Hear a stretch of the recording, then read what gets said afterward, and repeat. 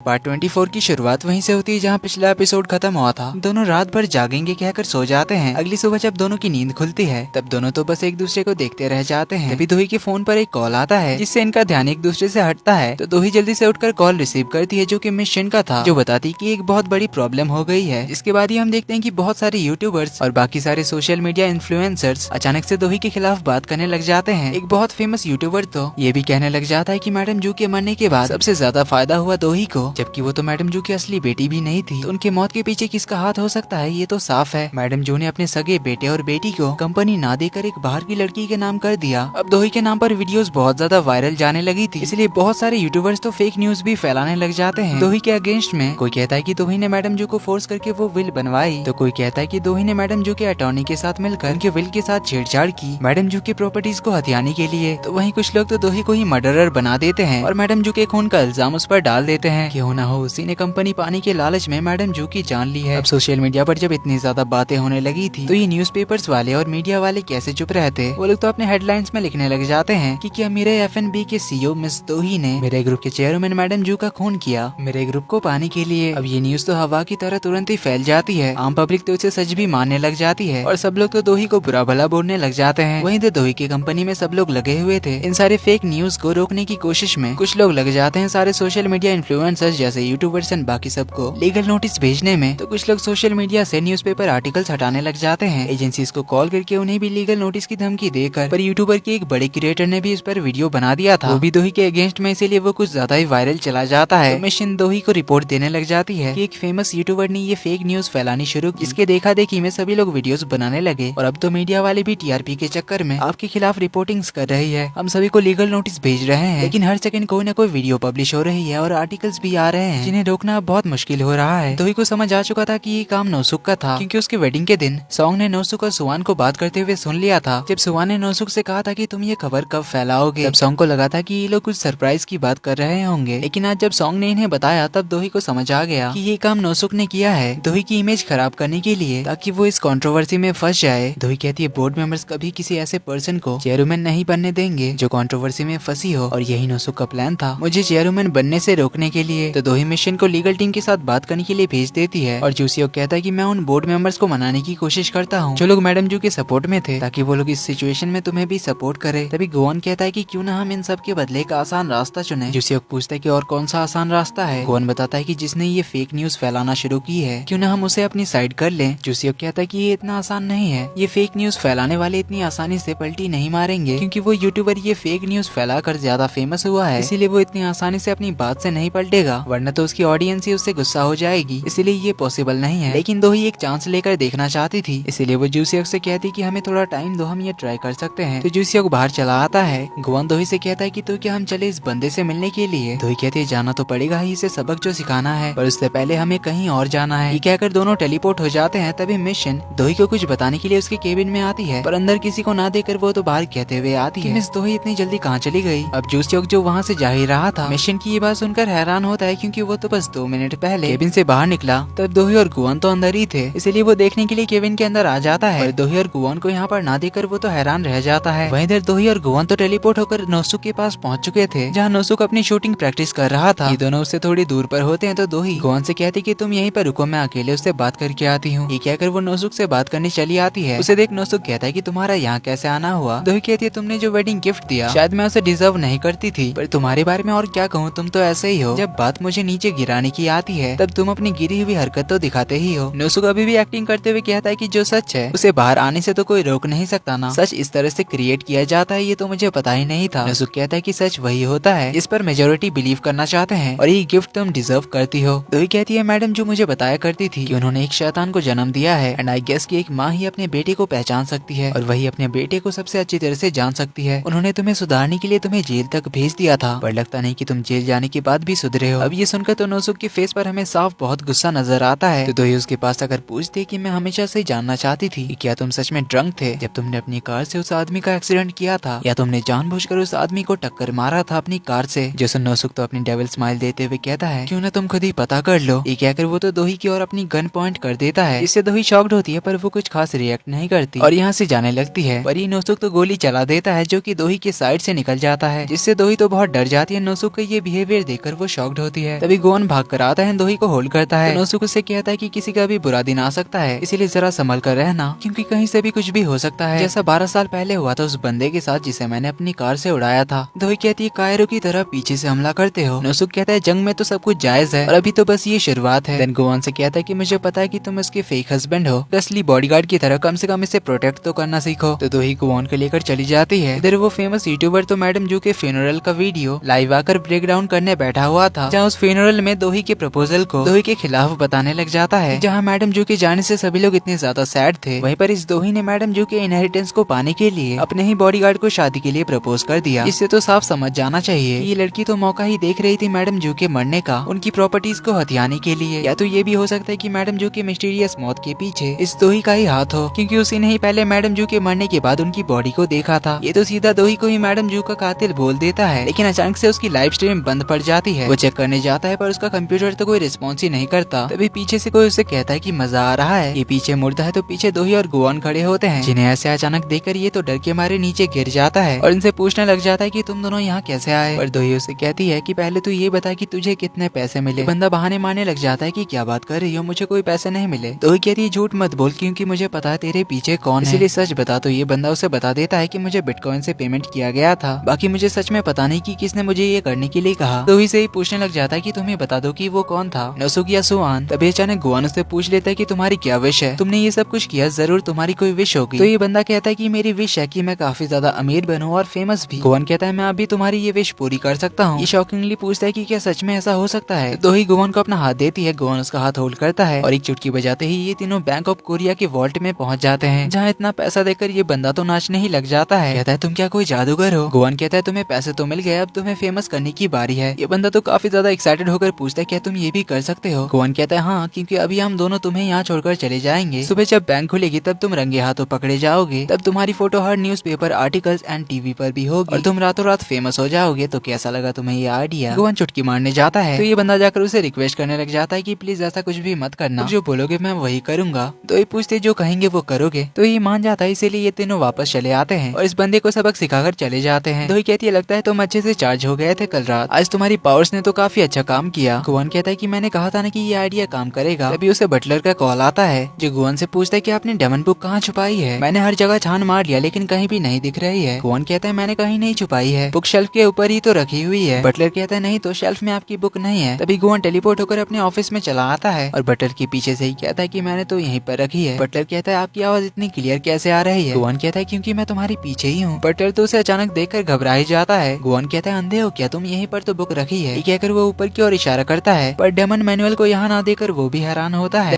तो इसी के साथ पार्ट 24 का एंड यहीं पर होता है। वीडियो पसंद आई तो वीडियो को लाइक कर देना, चैनल पर पहली बार आए तो do subscribe and hit the bell icon. जल्दी ही मिलते हैं अगले पार्ट में, तब तक के लिए take care and bye bye.